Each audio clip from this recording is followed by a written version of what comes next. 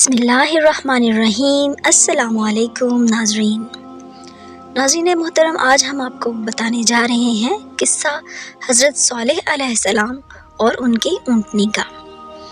حضرت صالح علیہ السلام کا ذکر قرآن میں 8 مرتبہ آیا ہے۔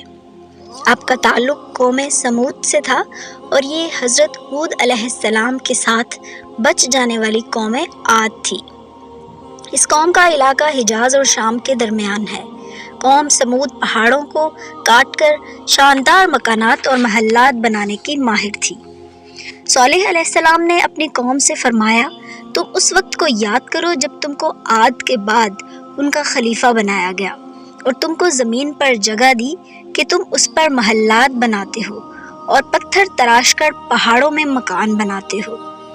جب قوم صالح علیہ السلام کی تبلیغ سے تنگ آ گئی تو اس نے شرط رکھی کہ اللہ اگر اپنی کوئی نشانی دکھلا دے تو ہم ایمان لے آئیں گے۔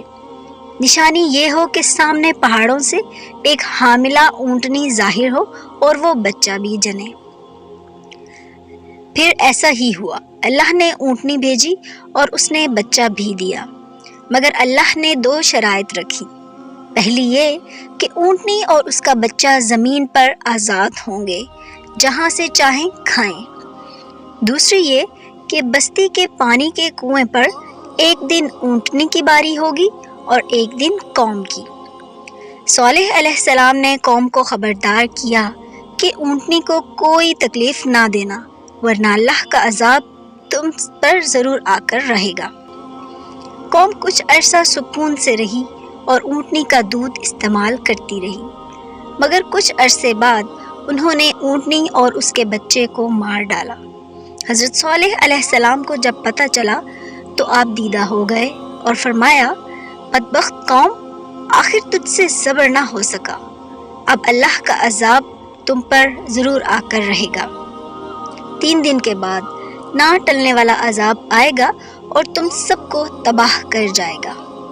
آل سمود پر عذاب کی نشانیاں اگلے دن ہی ظاہر ہونا شروع ہو گئیں۔ پہلے دن ان سب کے چہرے زرد پڑ گئے جیسے خوف سے ہوں، دوسرے دن ان کے چہرے سرخ ہو گئے اور تیسرے دن وہ کالے ہو گئے۔ اسی رات ایک آواز نے ان کو ہلاک کر ڈالا۔ قرآن کریم نے اس آواز کو کہیں صاعقہ، کہیں رادفہ اور کہیں طاغیہ بھی کہا ہے۔ صالح علیہ السلام اور ان کے مسلمان ساتھیوں کے علاوہ پوری قوم تباہ ہو گئی۔ آپ نے فرمایا، اے قوم، میں نے بے شک اپنے رب کا پیغام تم تک پہنچایا اور تم کو نصیحت کی، مگر تم کو نصیحت کرنے والے محبوب نہ تھے۔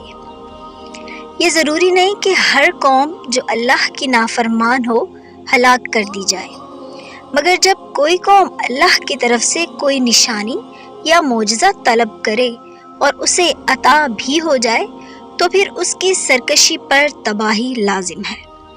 امت رسول صلی اللہ علیہ وآلہ وسلم کو عذاب عام سے استثناء ہے، جس کے لیے آپ صلی اللہ علیہ وسلم نے دعا فرمائی اور اللہ نے قبولیت کی مہر لگا دی۔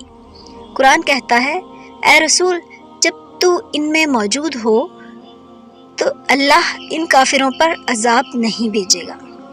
سبحان اللہ۔ دعا ہے کہ اللہ تعالی ہمیں ایمان پر استقامت نصیب فرمائے۔ ملتے ہیں ایک اور ویڈیو میں، تب تک کے لیے اللہ حافظ۔